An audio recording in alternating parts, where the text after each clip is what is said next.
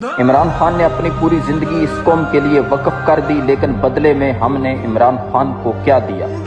اس نے قوم کو پہلا ورلڈ کپ دے کر کھیلوں کی دنیا میں ممتاز حیثیت دلائی، لیکن ہم اسے جیل میں بند کر کے ورلڈ کپ دیکھ رہے ہیں۔ اس نے تعلیم کے گرتے نظام کو کندھا مہیا کرتے ہوئے نمل یونیورسٹی بنائی، حکومت میں آ کر نئی یونیورسٹیوں پر کام کا آغاز کیا۔ ہم نے اس پہ القادر یونیورسٹی کا کیس بنا کر جیل بھیج دیا۔ اس نے کینسر کے مریضوں کو بے بسی سے مرنے سے روکنے کے لیے ایشیا کا سب سے بڑا اور پہلا کینسر ہسپتال بنایا، حکومت میں آ کر نئے اسپتالوں کا قیام عمل میں لایا، صحت کے شعبے میں بہتری لائی، ہر شہری کو 10 لاکھ کا صحت کارڈ دیا۔ ہم نے اس پہ گولیوں کی بچھاڑ کر کے ہسپتال پہنچایا۔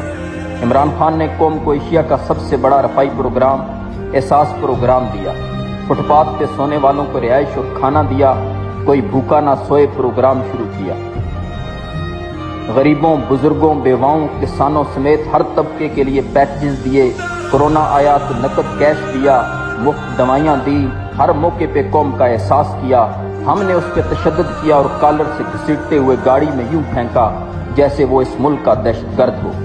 اس نے ہمیں بلین ٹری پروجیکٹ دیا، میگا ڈیمز دیے، اسپیشل اکنامک زون دیے، آئی ٹی زون دیے، ماحول دوست منصوبے شروع کیے، بجلی، پٹرول اور کھاد پہ سبسڈی دے کر زراعت اور صنعت کو ترقی دی۔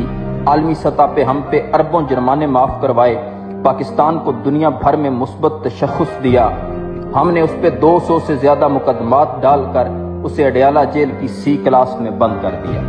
اس نے ناموس رسالت کے لیے آواز اٹھائی، کشمیر اور فلسطین کے لیے آواز اٹھائی، اسلام و فوبیا کے خلاف آواز اٹھائی، ترقی پذیر ممالک کے لیے آواز اٹھائی، ڈرون حملوں کی شکار قوم کے لیے آواز اٹھائی، اوورسیز قیدیوں کے لیے آواز اٹھائی، 25 کروڑ پاکستانیوں کے حقوق کے لیے آواز اٹھائی۔ لیکن ہم نے اس آواز کو اندھیری کوٹھڑی میں یوں قید کیا ہے کہ اسے آواز اٹھانا تو دور، واک کرنے کی اجازت نہیں ہے۔ اب 8 فروری وہ دن ہے جس دن ہم نے اس پہ ظلم و ستم کے خلاف اس کا سہارا بننا ہے، اس سے وفا نبھانی ہے۔ ہمارے بچوں کے مستقبل کی خاطر اڈیالہ جیل میں بیٹھے شخص کو 8 فروری کو ووٹ دینا ہے۔